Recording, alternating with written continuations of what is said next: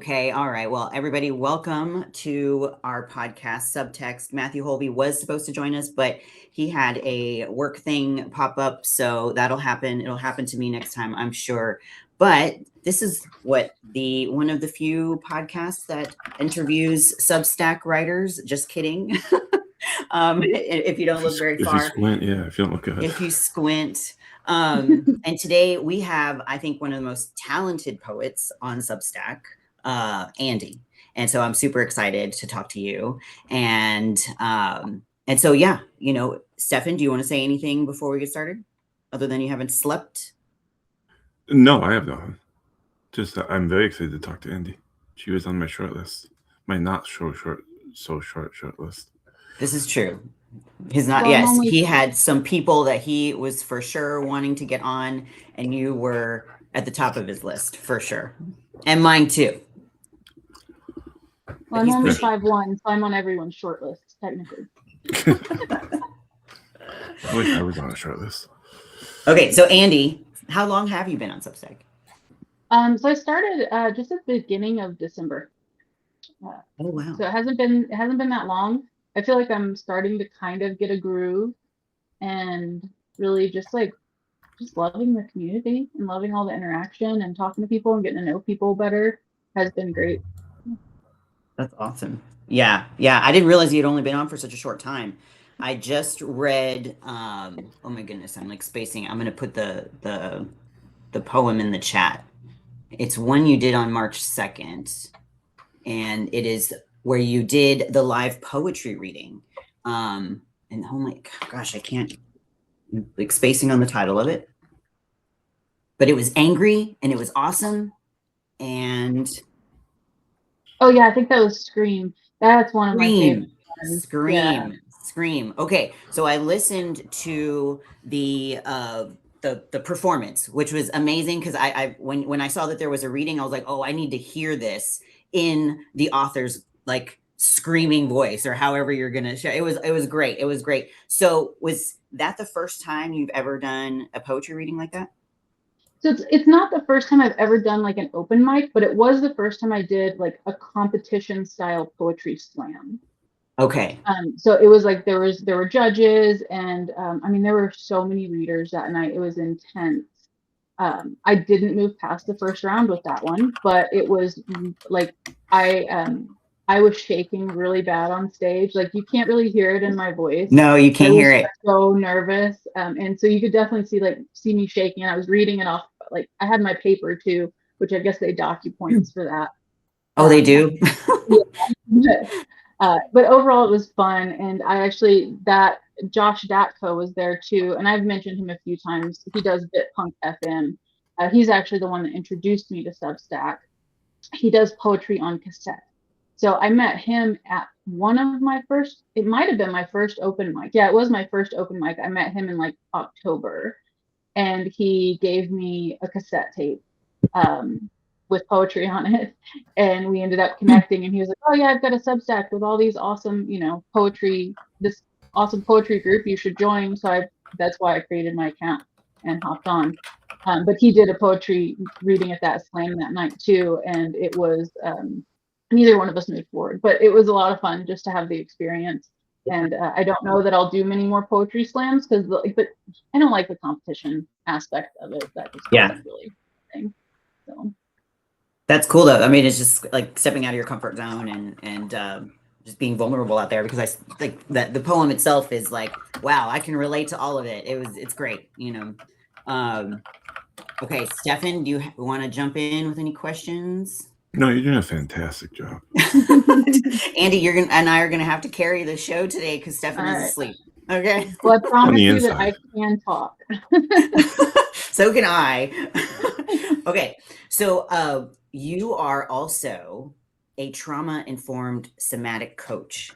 Can you tell us a little bit about like what that is, and does that, I assume that all kind of interweaves into your work as well? Yeah, I mean it's why I started writing again, honestly. So if for those not aware, somatic coaching it's really similar to meditation in a lot of ways, but instead of taking like the mind first approach, it's a body first approach. So we get grounded in the body, feeling our feet on the ground, our butts in the chair, and really just feeling the sensations in the body first. And I think for people that have experienced trauma, this can be difficult. So I tend to take a very gentle approach to it. And, that's what the trauma informed part is that, we just move very slowly. There's a technique called pendulation and titration where you just kind of dip your toe into the experience. Okay. I like to see it as like a big ice pool. You're just dipping your toe in the ice pool because, trauma is hard to look at. So sometimes even just like the first step is just thinking about how it feels to think about the trauma, not actually thinking about the trauma, just thinking about what it feels like to think about it. And kind of just moving very slowly from there. I got into meditation and somatic experiencing back in, it's been a common thread throughout my life. I was introduced to meditation when I was like 16, and then it kind of just popped in and out of my life here and there. I went through addiction and recovery, and it kind of came back up in recovery. And then it kind of went to the wayside again. And then really I started taking it seriously in like 2017. And by 2021, I had started learning how to teach, just because it had really started impacting my life in positive ways. And I started really seeing how it was helping me move past a lot of the trauma that I experienced myself. And then this last summer, it kind of culminated in August. I went to a 5-day vision quest retreat in the mountains. I was gonna ask you about that too. So good, keep going. I love it. Yes. So I did that. It was within the Somatic Nature Institute of Boulder. And so it was 5 days up in the mountains in the Roosevelt National Forest. And we did 4 days, I think it was like 3.5 days or so of just intense group therapy of, a lot of talking, a lot of preparing for our solo time. In nature, in the wild, literally touching grass. Yeah, we had tents. I didn't shower for 5 days. I washed myself in a bucket. But the instructors were wonderful. They had like one meal for us prepared, and then the rest we kind of, would cook our own meals in the little heat pots. And it was a really beautiful experience. And then I had a 24-hour solo time, where I found a place deeper in the woods by myself, took all my bags and everything, backpacking style, deeper into the woods, and spent 24 hours by myself. And I didn't eat, or I drank some water, but it was only like, I would say about 4 ounces over the 24 hours. So it was a bit of a water fast too, but mostly food fast. And I just experienced what it was like to, be completely disconnected for 24 hours. And during that 5 days, I read a lot of poetry to the group, and everybody loved it. And it was actually the first time I'd ever shared my poetry with anyone that wasn't like a friend or a family member. And at one point, the instructor, I read Scream during that retreat. I read it, and the instructor looked at me and she goes, "Have you ever heard of Andrea Gibson?" And I'm not sure if you're familiar with Andrea Gibson, but they are a poet that they're a poet that I've been following for a really long time. They passed away last year from cancer. And like just that moment, I was like, this person just like, I reminded them of someone that's like a really famous poet, and I just read this one poem. They all wanted me to share my poetry. So afterwards, I was like, you know what? I'm going to start just trying to see if I can improve my skills. I joined some local groups and workshops and got into doing open mics, and now I'm here. So what year was that when you were in the Roosevelt National Forest? That was August of this last year. So it was, it was just very before recent. just before I did Substack and everything. And you had that, and I was going to ask you specifically about your 24-hour like solo fast in the woods. Was that whole experience? I mean, it sounds like it completely changed your trajectory of where you were going. Yeah, absolutely. Because a big part of this journey and a big part of what I was kind of letting go of during that was I've been struggling with infertility for the last 5 years. And my husband and I went through 4 rounds of IVF that were all unsuccessful. And so the retreat was kind of an opportunity for me to just kind of say goodbye to that chapter of fertility. And not saying that I won't continue to pursue other routes of motherhood, but just that right now that chapter's closed.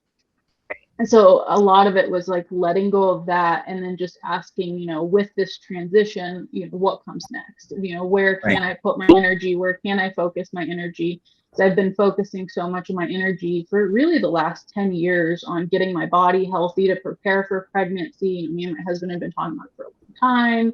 And it just we started the journey. And as soon as we started and we hit that, we went to the reproductive clinic to check and they were like, oh, you're too late.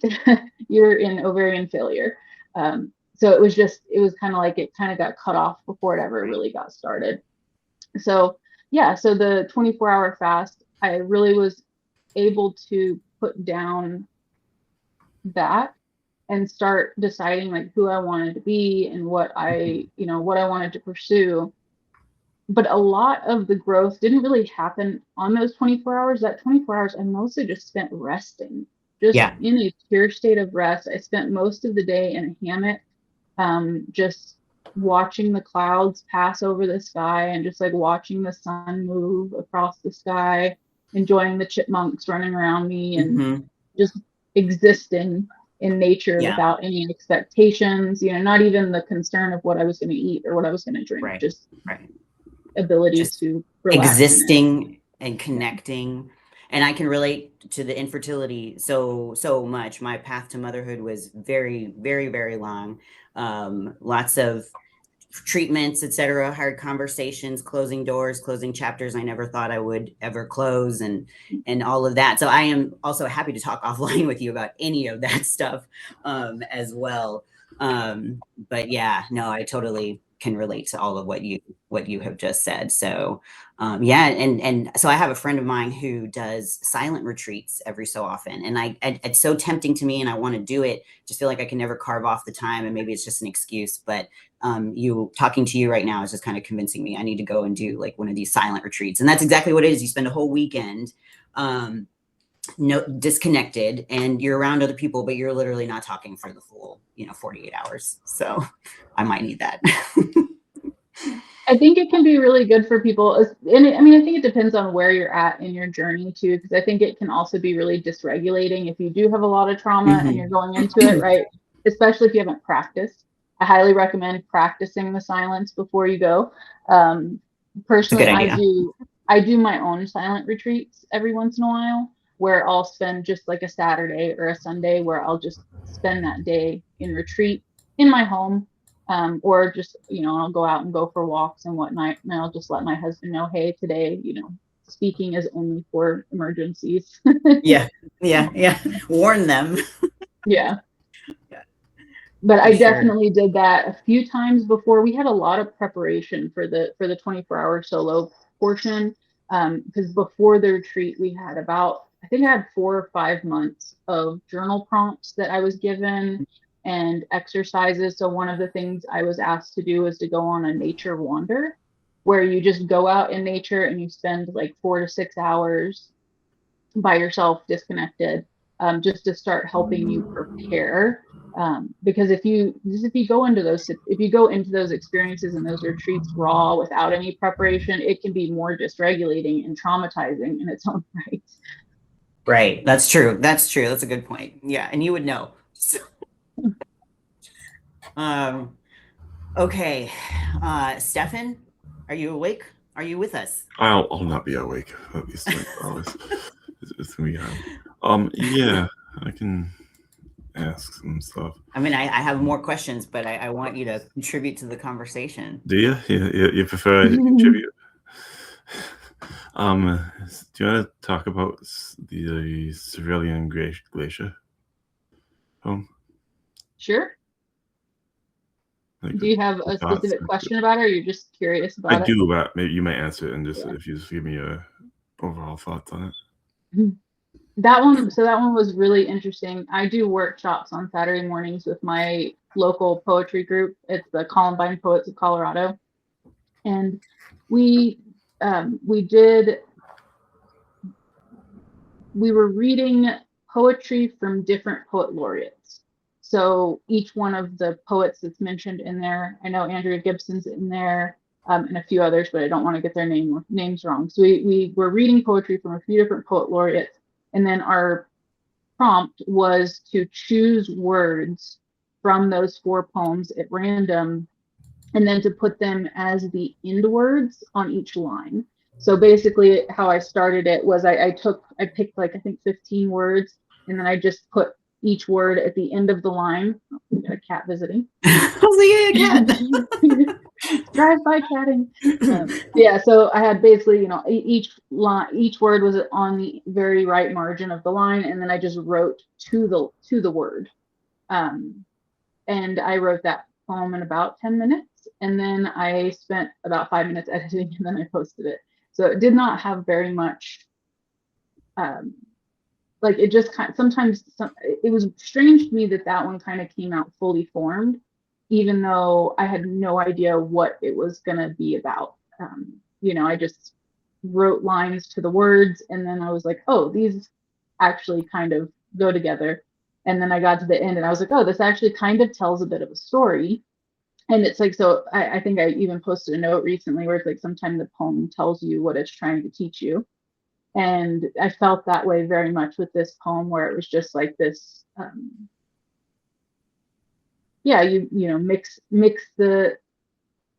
mix the flowers into a tincture. And to me, that was like what it's like to like take medicine to try to cure yourself, but then kind of there's also like this element of suicide to it, of like, it's kind of hard for me to conceptualize it right on the fly, like right now, but the way I read Stefan it afterwards, he yeah, asks questions like just like knifing you on the side. right. Yeah, but like to me, like reading it afterwards, I was like, oh, this kind of feels like, someone like being upset and then like creating a tincture to like take their own life. And it had this flow to it. And even if you don't see it in that perspective, because I think everybody can see these poems in a different light, it still just felt like it had this through line of a story to it, of something was moving forward. And I just love the imagery. My favorite imagery in that one is the magenta blooming flowers, like the heads bloom magenta. Do you think the poem was about death? And just in general? Yeah, definitely. I think it definitely had that feeling of death. And I think it feels like a lot of my poems do. They have like this through line of like both hope and death that kind of sit next to each other. And I think that runs in line with a lot of my meditation practice, because a lot of my practice has been to kind of make a seat at the table for death, and to learn how to befriend death, Right. because it helps us to live better. Right. I mean, the more that we accept that death is an inevitability, the more that we can spend our time today living. Yeah. Yeah. And that Pink Lemonade, is about your dad. And my grandmother just passed a couple days ago, but same thing. What I loved about her was how we just talked about death. She knew what she wanted to be buried in. She knew, her dog Reba, which was a little Chihuahua, she wants that buried with her, so, and I always kind of was like, well, death happens to us all. Like, we should be talking about this a little bit more, shouldn't we? Because I could die tomorrow. I could die this afternoon on the way home, it sounds so morbid, but those are the things I think about sometimes. but yeah. And Pink Lemonade, I saw that too. It was about your dad. But there, seemed like hope at the end as well. Yeah, for sure. And, I think there's a lot of hope in like those little memories too. Like anytime I drink pink lemonade for the rest of my life, I'm going to think of my dad. And it's just those little things where sometimes they hit really hard and they feel really sad. And then sometimes there's just like, oh, but I have this beautiful memory of, sitting with him on the picnic table and watching the sunset together. So that's what I'd spend the weekends with him, and, almost every night you'd be like, oh, time to go for a walk with the cats and go sit and watch the sunset. Because he was the cat man. He always had tons of cats. 4 of my cats are from him. Okay. So he actually had, yeah, he was Ken the Cat Man is what we call it. But there were times in my life where we legitimately had hundreds of cats. And we had like a mobile vet that would come out and like fix them and do their shots and stuff like that. And we just, my dad rescued cats, and, sometimes he wasn't the greatest caretaker because that was just too many cats to handle. But at the end of the day, he loved cats, and that's what he was, trying to do. I'm imagining like the cat whisperer version, right. Yeah, and okay. That's how, yeah, go ahead. I was gonna say, we have a question. What is your opinion about what's after death, hell or heaven or rebirth, or what are your beliefs? Hi, Laura. I think this can be a difficult one to pin down. I'll admit I'm not super religious, but I do still believe that there's something. I don't claim to know what that something is, but I feel that there is something. I feel like there's something that happens after we die, and I don't know if it's like, I've seen too much myself and experienced too much myself to believe 100% that we just disappear after we die. I've cared for elderly women and people. I've sat with over 12 people as they died through my lifetime. And during that process, there are things that happen that can't be explained. And regardless of what I believe, I know that there's something that happens after we die. And I don't think that we're gone completely, whether that's an echo or another dimension. I love the idea of quantum theory and having different like dimensional layers that sit on top of each other. But I just don't have one specific thing that I'm like, oh, this is exactly what happens after we die. It's just this kind of question, but there's things that happen like, I actually have a story kind of coming soon because, I am moving, and I went on a walk on the day 1 year after my dad passed. I went on a walk out there, and I was walking, and this little yellow bird like came down and was chirping at me and like landed on a fence post and just like was looking at me and chirping at me. And I always have had this feeling that like people who have passed on have sent me birds as like a sign that they're still here. And then the bird flew off, and as soon as it did, the song Peace Somehow came on. And that song was also a song that I played for my dad before he passed. And it was so like the moment it happened and the song came on, it was just like, there's just this feeling of connection of like, oh, like there's something out there that is connecting me to his memory, whatever it may be. And it feels very strong when those things happen. And, I've seen things that I felt were maybe spirits, but it's, we just don't have a lot of proof for those things. So it's a nebulous area for me to be in where I'm just like, I don't really know what comes next, but I don't think that this is 100% it. And if anything else, ashes to ashes, dust to dust, we continue to we all come back. We all come back, Right. And how can we know, right? So, right. Yeah. Okay. So Emmett Tatter says, I relate to that. And Laura, OMG, I had an experience with a yellow bird after my grandmother passed. It was while I was doing an ancestral ritual.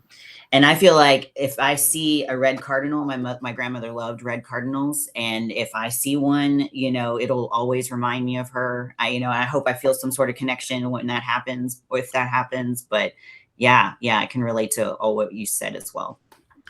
Do you think you're obsessed with death? I wouldn't necessarily call it. Yes. Next question. No, I'm just kidding. I don't know if that I'd necessarily call it an obsession, but definitely just a curiosity, especially because I've spent so much time so close to it. I just feel a very deep-seated curiosity about death. and want to understand it. And I've actually considered and still consider becoming a death doula to sit with people as they pass and to help people, help the families of the people that are passing, because I've had so much experience with it that I think that I could possibly lend help in that area. So it's definitely something that I feel close to in a lot of ways, just because I've been there with so many people as they cross over. I haven't read everything you wrote because I didn't have time to go through. I don't know how many. I wouldn't expect that, Stefan. There's a lot in I only there. read about 10 of your poems. There seems to be an Only underlying. 10. That's still Only really 10, good. yeah. It seems to be an And underlying. we want to take questions from the chat too. But go ahead, Stefan. Are you gonna let me talk? No. Well, you were saying you were asleep. I'm sorry. Come on, Becky. We've been doing this for all of 6 weeks or whatever. Yeah. We're still finding our groove. Yeah, we're still working out the technical kinks. Where was I? I forgot my question. Do you believe that there is a underlying theme of transformation Definitely. underpinning all of your writing? Yes, definitely. And a lot of that also has to do with the fact that so many of these poems that I've posted so far actually were written when I was younger. So Honeysuckle I wrote in 2016, and it was very different. And then it's kind of like the poem has transformed to mean transformation, because like going back to some of these poems in retrospect, I'm reading them and I'm like, man, these are edgy and just kind of like sad and depressing. So a lot of my old poetry, super sad, super depressing. There's very much that through line of like, this person probably experienced a lot of trauma. And so I feel like when I go through the editing process with a lot of this, I'm kind of trying to find the hope in it and saying, okay, well, yes, I had all this, but like, where am I at now? And so through that, it kind of, I think, pulls that theme of transformation just through the process that I'm using to edit and write it. So do you think of death as a form of transformation? I do. So is the underlying theme death, or is the underlying theme transformation? Why not both? Or maybe it is. I think it depends on the poem. I think some are specific to transformation, like Honeysuckle is very much a transformational poem. Trying to think of some others that I've posted. Honeysuckle's from 2016. Unbound. Yeah. You also talk about in an interview about a draft that you had for 20 years and you kept coming back to it. Was that Honeysuckle or was that another draft? That was actually Unbound. Unbound, which okay. is posted. That one's a shorter one, but that one I wrote when I was 15. Okay. And I actually initially kind of wrote it about the experience of my mother, because my mother experienced a lot of sexual assault when she was a child. And so I started writing that poem about my mother, and then whenever I was a teenager and young adult, I experienced my own sexual assault and had also met people that did. And so the poem itself ended up transforming into kind of a generational poem about just women's experience and men's experience too, but our experiences as humans with sexual assault and sexual violence, and the strength that we can find in ourselves to overcome it and to move past it. I think it's not everyone is able to move past it, and that's okay. But I think for some people, they're able to kind of alchemize the experience and use it to make the world a better place and hopefully prevent it from happening to more people. And then also, then it came to, all the Epstein files and everything like that were coming out, and it kind of felt apt to post it and to share it with the world, because it also felt like the story of all of these little girls that have grown up and are starting to speak their stories, and the Me Too movement, and it all just kind of feels like it's a poem that no longer belonged to me, because it really just belongs to everyone. Right. because it's such a, unfortunately, right, the experience is so common, you know, and yeah, so And Saksham Mundra, excuse me if I mispronounced that. They ask, would you like to tell what experiences shaped your beliefs? And I'm going to assume that is in relation to your beliefs on death. also hi Kiwi Stories, hi That would be Matthew. Hey, kind of Matthew. broad otherwise. So He's a horror poet, but you also are a fiction writer. Gulf Coast. Sorry, Yeah, I think go ahead, answer the you're question. good. You're good. So as far as like experience that shaped my beliefs, and I'm going to take this as kind of about death and maybe about religion and just belief as a whole. I was raised in a broken family, but one half of my family was very Christian, and did the church thing, and then the other half was never really super Christian, but kind of let me explore. Like they were Christian and believed in God, but they didn't do the church thing, and they were just like, you kind of figure it out on your own. If you want to be a Christian and read about Christianity, go ahead. So whenever I was very young, I want to say like between 11 and 15, I started researching religion, and I got really really into paganism and Wiccanism, and a lot of just ancient religions that I got really interested in learning about, and Greek mythology, and uh, just really learning about religion as a whole and what it meant to be religious and how it shaped humanity throughout the ages. And ultimately ended up agnostic, but I think that a lot of that investigation allowed me to really just develop my own beliefs. So I don't really follow one specific belief system, but I do have a lot of my own beliefs about, you know, in faith about how things work in the world and might work in the world. Yeah, I definitely attribute to being given the freedom to investigate and to just be curious.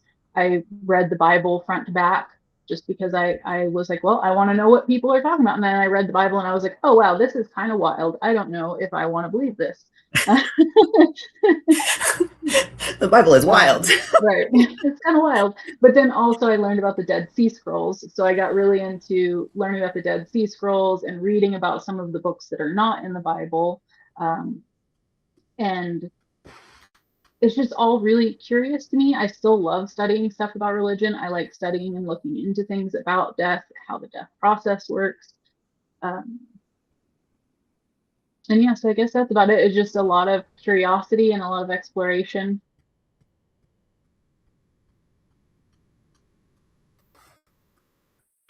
do you want to tell me why you have an obsession with free verse? I wouldn't say I have an obsession with free verse. However, until October of this year, I've never actually learned anything about poetry, like officially. So I had been writing free verse for 30 years, but I've never really learned about poetry forms or how to write them. And so that's one reason I joined the workshops I did, so that I could start learning about poetry forms, and I started writing them recently. I think the time is now is my rondeau that I wrote. And like I said, every weekend, every Saturday morning, we have the either Zoom or sometimes it's in person, and we learn about a different poetry form.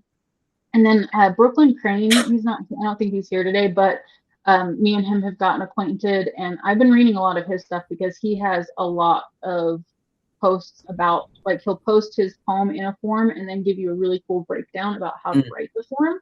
And I'm enjoying that because personally, I think learning poetic forms really helps you improve your own poetic meter and rhythm. I learned poetry from reading poetry. My mom wrote poetry and she wrote children's stories. She was never published, but she did. She always read them to me whenever I was a baby and a little girl.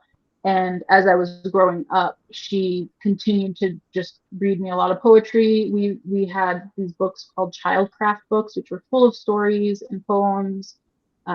Read a lot of Aesop's fables, and then I got super into like Shel Silverstein. And I love Shel Silverstein. Yeah, Shel Silverstein was awesome. I mean, I think I read A Light in the Attic and Where the Sidewalk Ends like front to back like 6 or 7 times whenever I was young. I just check it out from the library, take it back, and be like, okay, can I check it back out again? Just keep checking it out. And yeah, so that kind of led me to like reading and writing poetry. But it kind of always was free verse because I didn't know what, like, you know, when you're reading poetry books, they don't tell you what forms they're using. So I just kind of like picked up a lot of the rhythm and meter from just reading so much poetry, and it just came out in free verse. And so now I'm kind of going back and like, okay, can I learn more about like how these different forms actually work? It's like getting the emotion out, but now putting it into something, a more technical container. Yeah.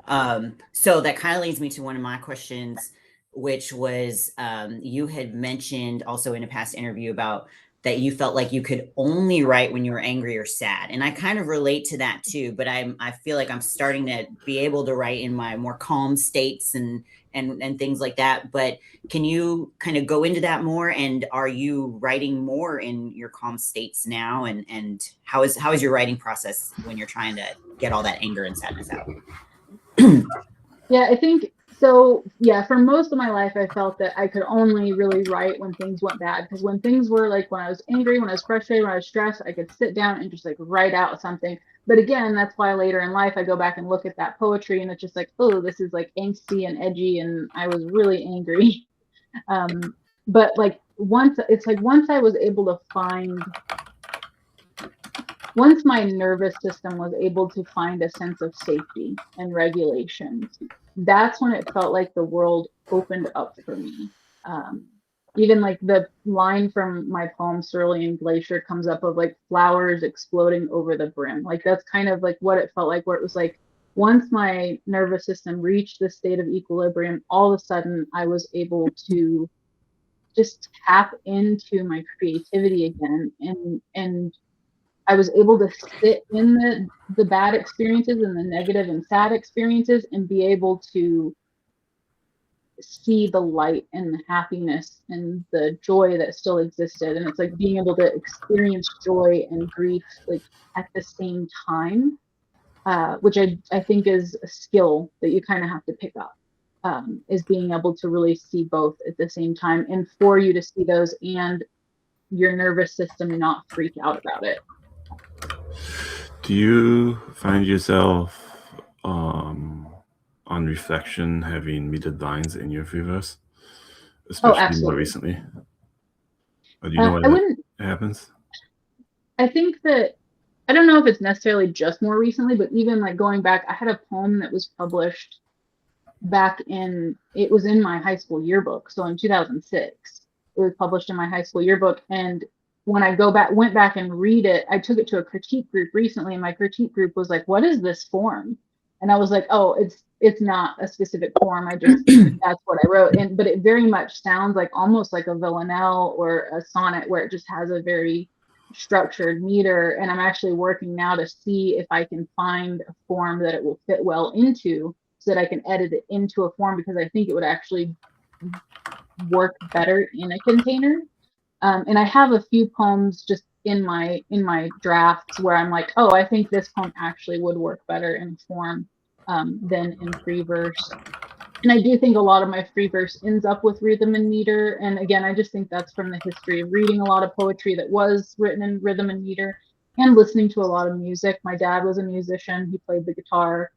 So from a very young age, he was playing the guitar and singing songs to me. So I just kind of had poetry coming in at every opportunity from a very young age.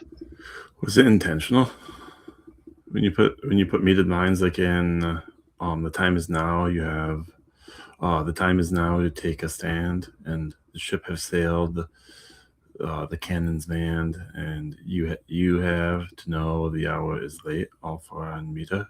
Are those intentional? Yeah, that one is definitely intentional. That's iambic pentameter, with, I believe, an 8-syllable count is what we did for that one. So it's not quite true iambic. It's not the 10 syllables, but that one, yes. It is one. They are. Iambic, yeah. Yeah. So that one was specifically intended to be iambs, but not everything that I do is.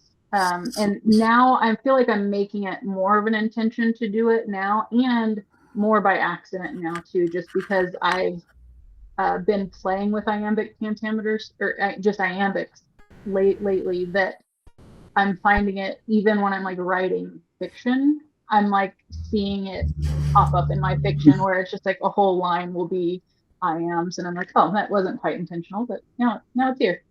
So why did you do that in the time is now poem? Why did you intentionally do that? So that one is a rondeau, is the form. So it's part of the form is to be in iams. And I wrote that one during a workshop as well, where I actually had a really wonderful teacher for that one, where she stepped us through really step by step, like creating it, where she had us like just write words and phrases that were iams, and then choose our refrain, because the time is now is the refrain for that one, and that's why it repeats. And so we chose our refrain and then kind of just wrote around the refrain. But yeah, that one's specifically a form. Do you have a thought on what you would use metered lines for in free verse when you purposely do it in the future? Like, do you have a thought on what purpose they would serve you? I think it serves a purpose of, it holds a steady beat, which can feel very much like a march. I'm also a musician, so I find myself using it. I find a lot of my poems kind of have almost this, even if it's free verse, kind of have this 3 stanza setting where it kind of follows the same pattern as some like orchestral accompaniments, where you kind of have the first part is slow and flowy, and then the middle part you really go into like a fast march, and then the last part kind of slows it back down just a little bit, but you're kind of hitting that in between. And I find a lot of my poetry kind of ends up feeling very musical to me, and iams and meter is just a really great way to push the reader forward, like to push their experience forward and to set a speed for how quickly they want to experience it. Because again, I am a somatic coach as well, so it helps me to control how someone's emotions move through the poem as well. Like giving, because there's some things that I do specifically to give a sense of anxiety, like I'll shorten my lines, add more punctuation, and make it really punchy so that it kind of gives that sense of anxiety building. Hey, Night Lure. What was asking? Oh, what do you think of poetry on Substack as a good category? I love it. I wish we had more of a distinct category for our actual posts to put them, or to, like for our publications, to actually add poetry as a category on our publications. But I love it, and what I've been most impressed by is just how many phenomenal poets I've found on here that just blow my socks off. I mean, really, I've really been impressed by that, and just I'm because I mostly read my poetry on Substack now, because I'm like, I used to read a lot of poetry books, but I'm like, y'all are better. I know. Everyone here is so good, so good. Yeah. Yeah, Night Lure says absolutely, for sure. Everyone knocks my socks off every day. So I'm like addicted to reading. Yeah. Same. I read so much on here. I'm like, this last week I've had this difficulty because I'm like, I feel guilty that I haven't read enough, but I've also been really writing a lot. So I'm like trying to find that balance, because I love reading, and I will absolutely just like spend a whole day reading posts and stuff. Like, I know I've had days where I've blown through 40 posts or more, just totally reading. And I listen to the audio while I'm doing other stuff. So like if I'm cleaning the house or whatnot, I'll listen to narration. And that's kind of one of the reasons why I'm like, I need to start doing narration, because I so appreciate the narration. And if I can hear something in the author's voice, I love it. I mean, it's what their emotion is behind it. I love it. So yeah, I do the same. We're gonna have a Stefan, cat fight. you narrate. This is Nikki. I narrate when I can. Kitty. We can't have an internet show without a kitty cat coming on. No, we gotta have the cats. Yeah. There's been one in half of the episodes, isn't there? Because I had one last episode, I think. Mine usually makes an appearance if I'm at home, but I'm at work. Yeah, I figured you weren't paying attention for half the answer there, so. Okay. But okay, so we were just talking about the wonderful poets, and you actually, I feel like you build a space for other writers because you offer prompts, these weekly prompts, etc. What made you want to start? Because I feel like that's another thing you're adding to your plate. What made you want to start doing that? Well, with the prompts, I'm actually about to be swapping the prompts a little bit because I don't feel like I'm a great prompt writer. And I don't feel like I've gotten a lot of engagement on the prompts that I've put up, but I have found so many people that have amazing prompts. So I'm actually working on putting together a post, like a resource post that just has all the prompts that I find.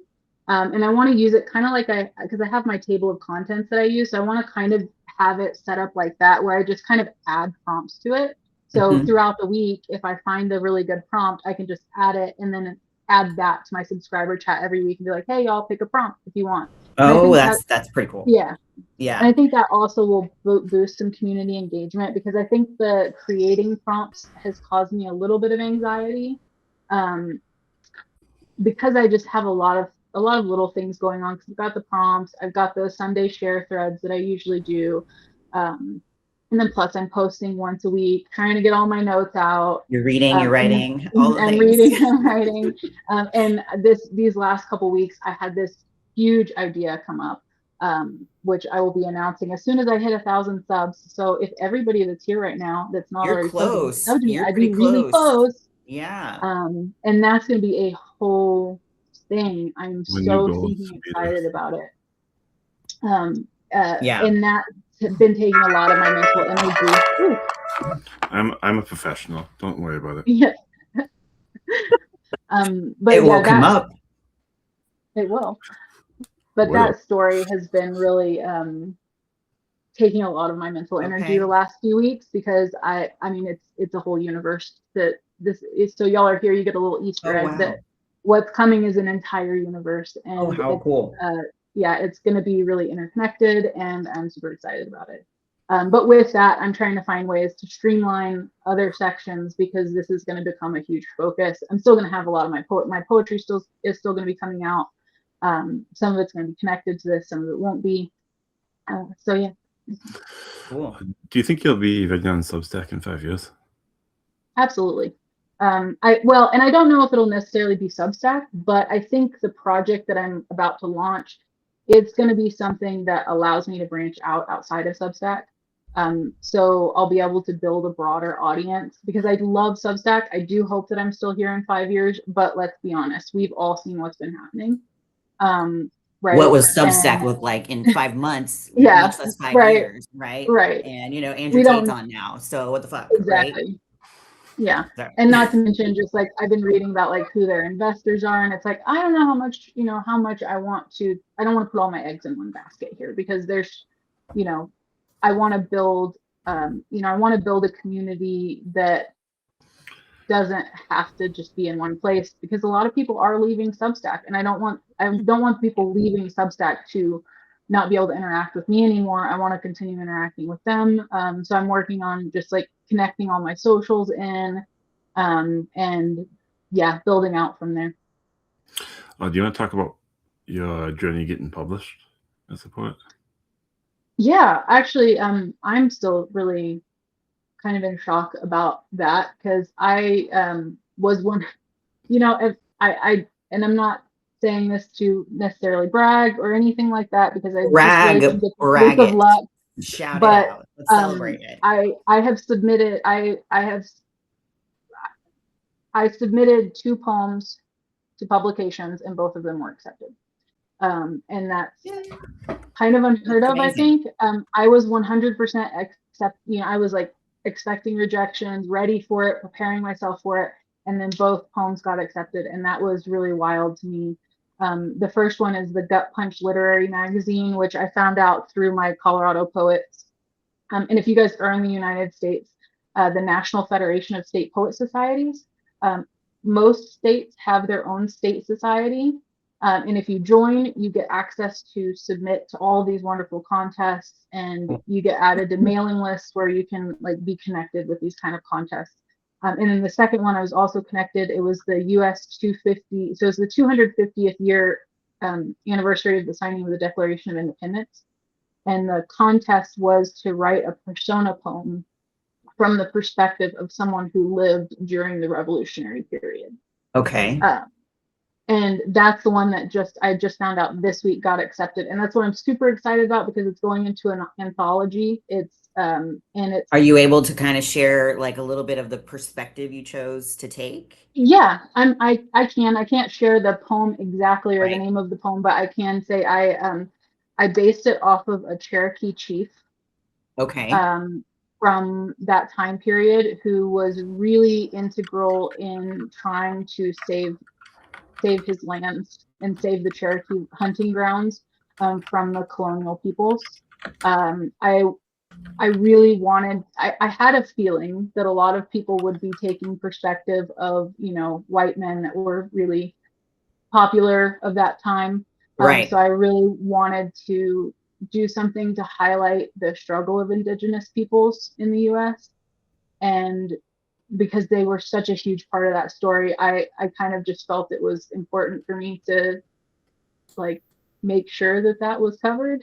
And I'm really excited that it got accepted, and it's it's sitting alongside some of the most beautiful poems. I got the draft of the anthology. Oh, so you got to see night, some others and on there. yeah, How cool. You'll have to share really when cool. it comes out. You'll have to let us know and announce it on Substack.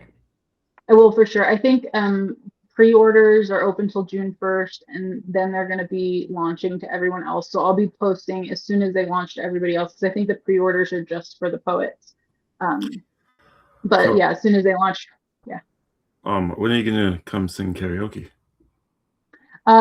When's your next one? Because I don't picked a know. song. I think next. Stefan goes live every day now, by the way. Yeah. It feels like it some days. I have to be careful what I wear because people might think I'm not changing my clothes enough. You're just washing them and you're picking from the top of the pile. We all get it. We all do the same. Yeah, sometimes I just turn them inside out. But now that doesn't work because people would call me out on that. I feel like I'm in lives all the time, so I'm just like, oh, someone went live. I jump in, and then I jump into a lot of lives. But I'm going to be doing a lot more lives coming up too. So I'll be doing at least 2 lives a month, starting once we hit 1,000 subscribers. Okay. Maybe more, but we'll see when we start there. And what will your lives be about? Just your poetry? That's part of the secret. But it's that's part of your plan. The universe. I'll say that it's going to be a lot of community building. Y'all got kind of have a little bit of a hint already, because in my sub chat I've opened submissions, and those submissions are going to be stories that we're going to be reading on the lives. So yeah, and the hint I guess there is that the sub chat already kind of says what genres I'm looking for. Okay, so we got everybody on here. Yeah. Go to her profile, go to her chat, and see what she's talking about. Yeah. But it's kind of the. I have 5 cats. Yeah, you have 5 cats. You have 5 cats. What do you name them? I have Nikki, Misty, which those are the boring names, and then I have Cosmo, Perseus, and Andromeda. But I didn't actually name any of them. My husband named Andromeda, and then the other 4 my dad named, because they were. He actually I went to Texas 3 years ago to check on him because I knew he had his cancer diagnosis, and he was in Texas. Yeah, I actually I've only been in Colorado for 3 years. I was born and raised in Texas and around the Austin area. Okay. So he was still in Texas. Because I moved to Colorado, and like a month and a half after I moved to Colorado is when I found out about when he got his diagnosis. And so that winter I went back to check on him, and he was doing very poorly. But he had his neighbor had brought him a box of 8 kittens that he'd found in his boat. And so my dad had all 8 of these kittens, and I think they were about 8 months old whenever I got there. They were 8 And months old. Okay. yeah, So yeah. no, So they like were bottle still, feeding at least, but still, that's a lot of cats. yeah. When he got them, they were 3 weeks old, and he trapped. Yeah, so he got a trap, and he trapped the mom because he knew who the mom was, because she was just like a feral in the neighborhood, and so he trapped her and locked her in a room with the kittens so that he wouldn't have to bottle feed. So she could still take care of them, but then they were safe. And then whenever they got like 8 weeks old or so, he let the mom back out again, and she ran off. And so from there, he took over care.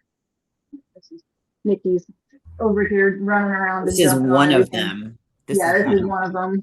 This is my $1 million cat, because he had a health scare last year and cost us way too much money, but he survived it, thankfully. They do that. Yeah, but I had to rehome 4 of the cats, because I just told my dad, I was like, there's no way we can keep all No. 8, because I brought my dad to Colorado from Texas to take care of him. Because I was in the middle of all my IVF rounds at the time that I was bringing him up here. So it kind of, we had to bring him. Yeah. That's Yeah, a lot. it was a lot. It's a lot, Andy. Oh my goodness. There's a lot at once.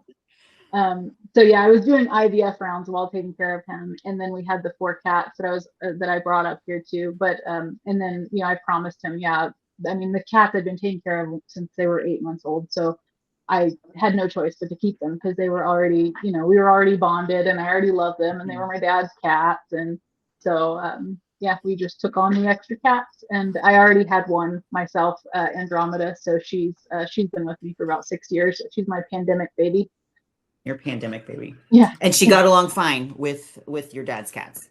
It was an adjustment period, but Yeah. she's getting along really well with them now. Like, she wrestles with them and plays like she's one of the crew. It's like one big happy cat colony now. That's awesome. Do you have any future plans for Substack that aren't secret? I don't think I have any like future concrete plans outside of the new story thing coming up. Which sounds big. Yeah.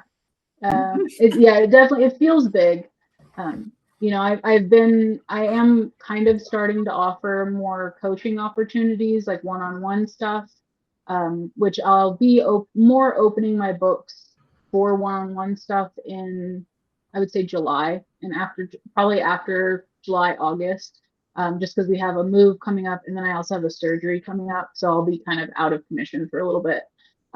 But that's why I've also been writing a lot, because I'm writing to get everything scheduled out. I'm trying to schedule everything out to June 1st right now.